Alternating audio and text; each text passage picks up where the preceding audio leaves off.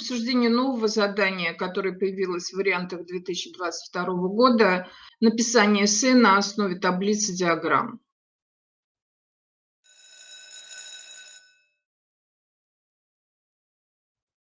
С вами Татьяна Беннет. И сегодня мы обсуждаем первый шаг, необходимый при написании таких работ. И этот первый шаг я назвала перефразирование. Давайте посмотрим на само задание, которое вы, конечно же, видели. Ну, дорогие друзья, я хочу сказать следующее. Я на все 100% и даже больше приветствую эту замену, поэтому мне не хочется обращать внимание на те, в общем-то, даже дикие ошибки, тут слово human особенно, от которого школьников постоянно приходится отучать.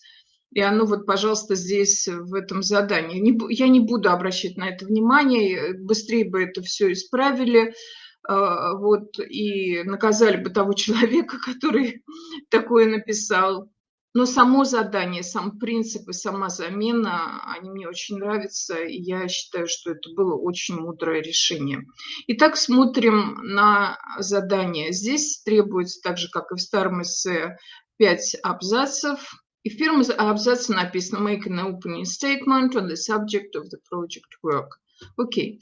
Почему я назвала этот первый шаг перефразированием? Ну, потому что это требует жанр этой работы. Мы в первом абзаце должны сообщить всю необходимую информацию, чтобы тот, кто будет читать наше сочинение, понял, о чем оно, собственно говоря.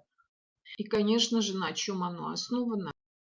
Здесь нужно отметить, что на время записи данного видео никакой абсолютной информации на эту тему не было в документах ФИПИ. Мы пока не знаем, за что будут ставить плюс или плюс-минус, за что будут, а за что не будут снижать баллы вот именно при проверке этого первого абзаца.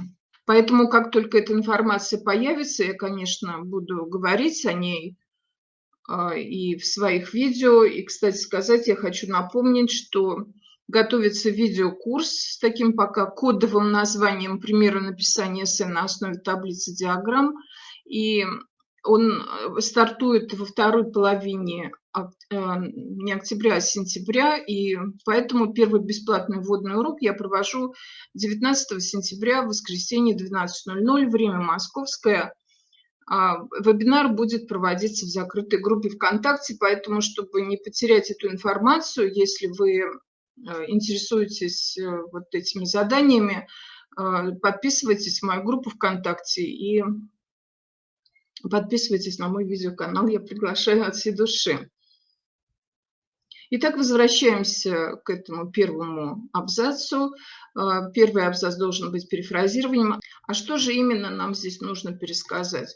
Ну, пересказать нам нужно здесь 3 позиции, потому что в задании говорится о проекте, в задании говорится об опросе, об исследовании каком-то, и опрос все-таки здесь. И в задании говорится о таблице.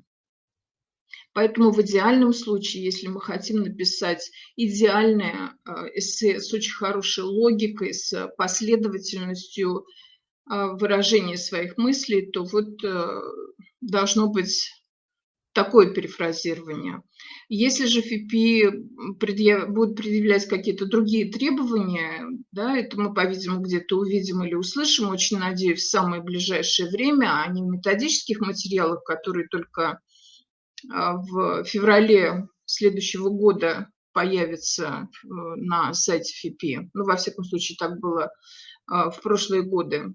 И если вот эти требования будут отличаться от того, что я сейчас рассказываю, то, еще раз повторюсь, мы перестроимся и будем писать в соответствии с теми требованиями. Но я как-то представить себе не могу, что здесь какие-то другие будут требования, потому что все-таки первый абзац – это всегда перефразирование. Перефразирование – это то умение, которое всегда проверяется в экзаменационном задании эссе. Ну вот сейчас мы посмотрим на вариант этого первого абзаца.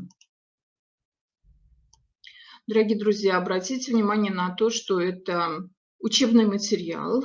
С одной стороны, С другой стороны, мы с вами сейчас вообще не говорим ни о лексике, ни о грамматике, мы говорим только о последовательности изложения мыслей, мы говорим о том, как соответствовать первому критерию оценивания, как построить логичное, последовательное сочинение, в котором будут все необходимые аспекты. Вот в том случае, если нам необходимо перефразировать задание, то вот перед вами хорошее перефразирование. Здесь можно придраться, конечно, и к лексике, можно что-то другое написать, более продвинутое, но нас это пока не волнует. Лексика, грамматика – это отдельная тема, с которой мы в будущем будем обязательно работать.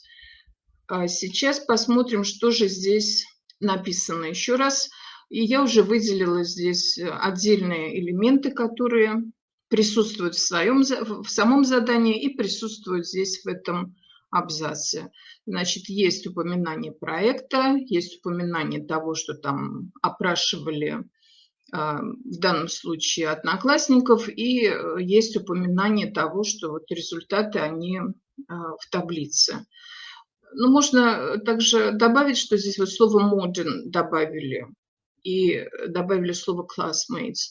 Ну, почему бы и нет? Потому что, то есть, совершенно очевидно, что вы опрашиваете людей, которые вокруг вас, поэтому слово modern здесь отнюдь не является искажением этого задания, а даже где-то как-то уточнением, я бы сказала. А слово classmates, ну, это вот проект автора, и автор ведь знает, что кого он опрашивал, почему бы не написать слово classmates, потому что по заданию неизвестно, кого конкретно здесь опрашивали. Каждый может написать что-то свое. Ну вот получается 49 слов.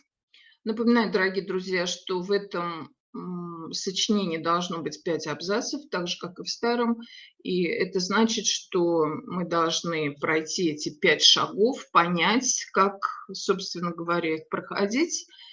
И в следующем видео, которое так и будет называться, шаг 2, да, мы будем обсуждать второй абзац примерно в таком же режиме, в каком мы обсудили первый. Друзья, напишите ваши вопросы. Возможно, у вас есть какие-то комментарии или замечания. Еще раз напоминаю про видеокурс «Примеры написания эссе на основе таблиц и диаграмм». Следите за моими видео, за моими публикациями для того, чтобы не пропустить бесплатный вводный урок, который запланировал на 19 сентября в моей закрытой группе ВКонтакте. Я прощаюсь с вами. Всего доброго. До следующей очень скорой встречи.